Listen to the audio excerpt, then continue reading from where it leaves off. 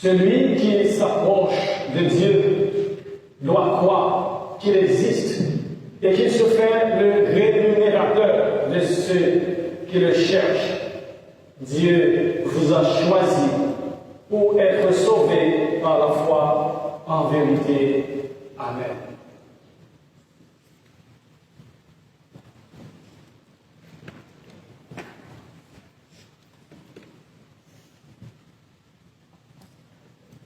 Nous allons réfléchir ensemble sur le récit de la transfiguration selon l'évangile de Matthieu, chapitre 17, 1 à 9, et qui est aussi raconté parallèlement en Marc 9, 2 à 10 et Luc 9, 28, 36. Mais pour mieux comprendre le message de la transfiguration, il s'avère nécessaire de voir ensemble le contexte. Le peuple attendait un Messie roi, un Messie libérateur. Mais la grande question qu'il faut se poser, comment sont les rois, les chefs politiques, les chefs religieux? Ce sont des hommes puissants. Alors qu'on attendait ce Messie libérateur dans la tête des gens du peuple à l'époque, c'est quelqu'un qui doit être tout puissant, c'est-à-dire qui est dans l'écrasement. Or, on n'a pas retrouvé cette caractéristique à travers Jésus, et c'est ce qui les met en confusion.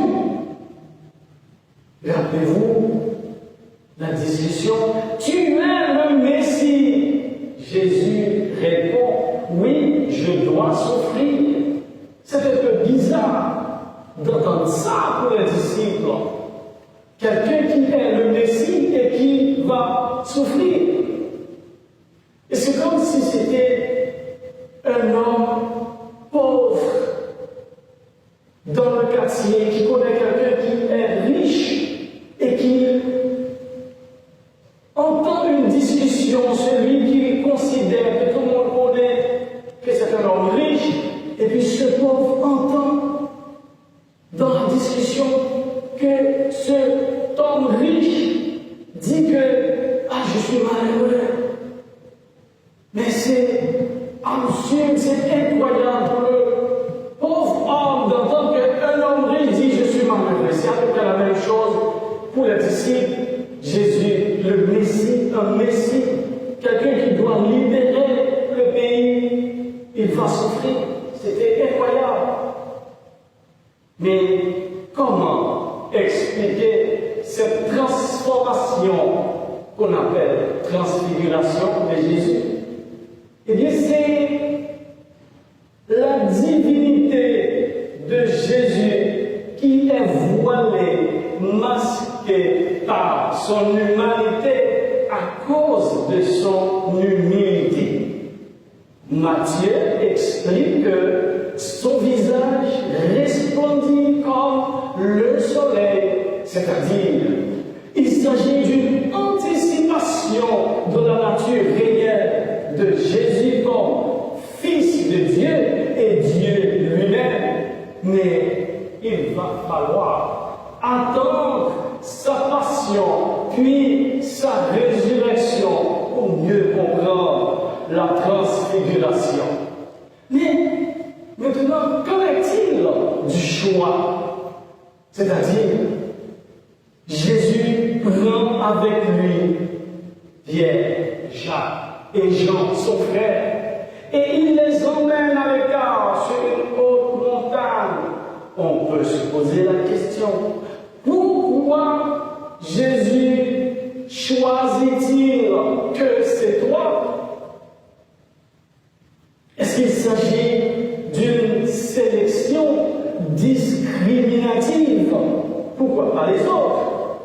De toute façon, on n'a pas la réponse, mais on peut imaginer plutôt qu'il s'agissait de choix stratégiques de Jésus comme le maître par excellence, dans la mesure où il y a des gens qui sont plus faibles ou plus influençables que les autres.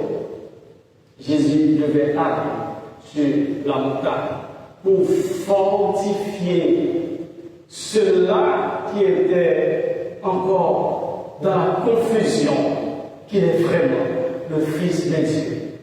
Et vous vous rappelez, l'ancienne alliance, c'est la loi, c'est tout ce qui est prescrit et interdit, c'est-à-dire ne faites pas ceci, ne faites pas cela.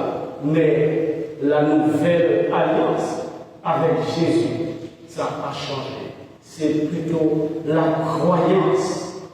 La chose fondamentale du chrétien n'est autre que sa foi. Ce ne sont pas la religion, la dénomination, l'appartenance ecclésiale, mais c'est la foi qui est la plus importante.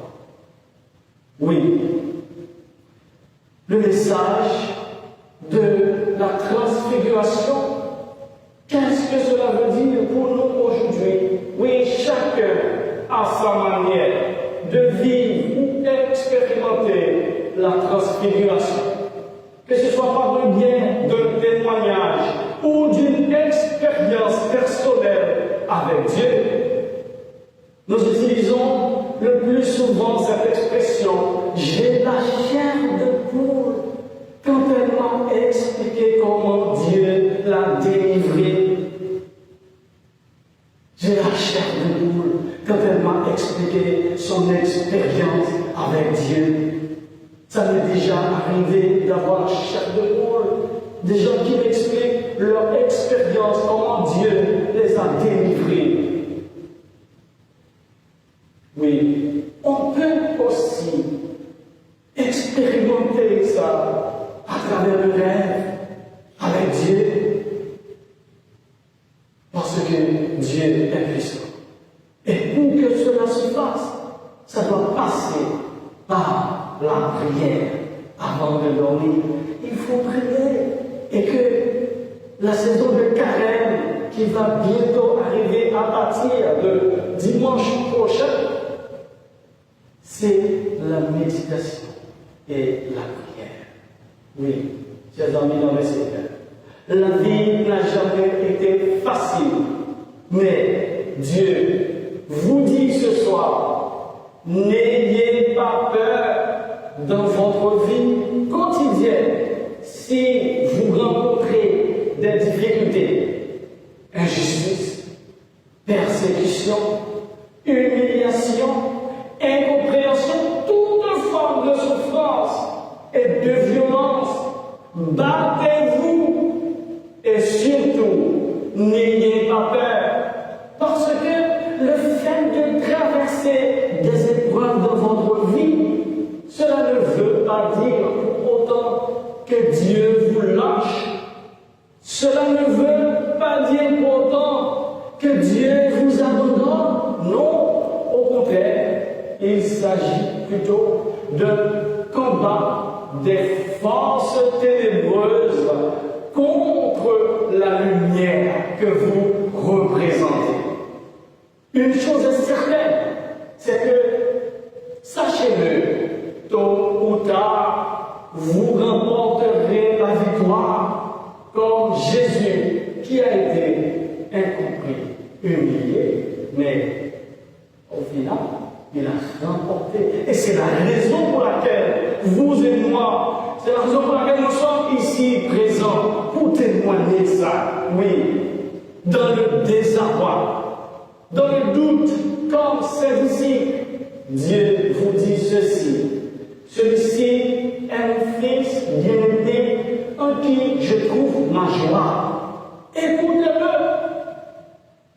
Le message que nous renvoient les disciples aujourd'hui, c'est-à-dire l'homme, vous et moi, l'homme peut voir Dieu même sans mourir et est capable de le contempler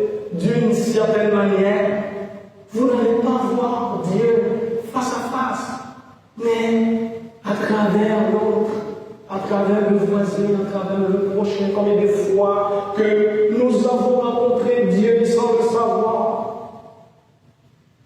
Et même dans notre rêve, parfois il suffit de dire Dieu, et tout est réglé. Tout ça, ça c'est la foi. Oui.